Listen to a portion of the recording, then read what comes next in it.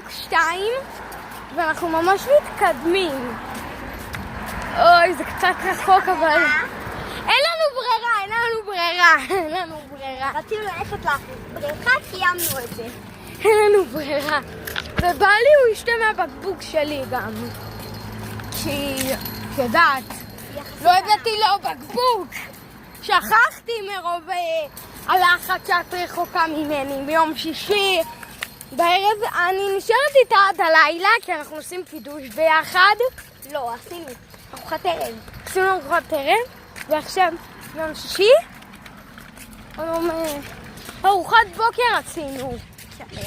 ביחד, וגם בלילה נעשה ארוחת שישי קידוש. לא, היום יום שישי. נו, ובלילה יש קידוש. ארוחת ערב, לא קידוש. אמא, בלילה יש קידוש בשבת? מה אמרתי? אז מתי יש קידוש? ביום שישי.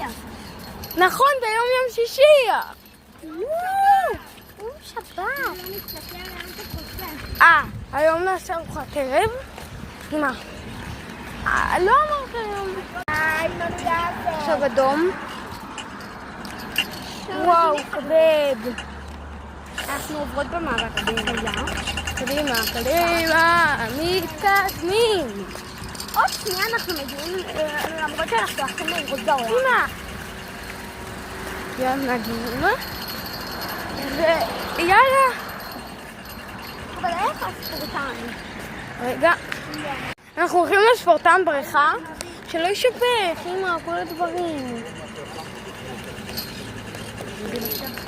זהו. קראתי לה בטעות אמא כי היא דומה לאמא שלי.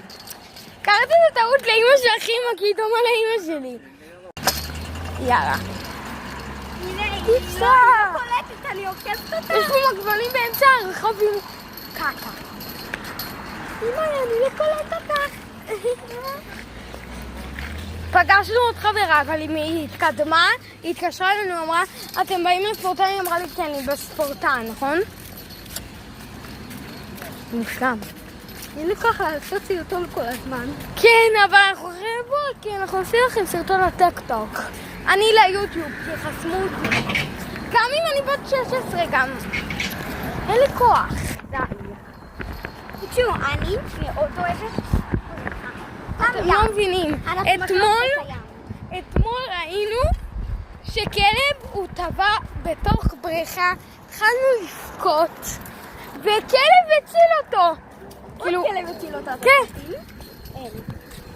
נראה לי שהוא צריך...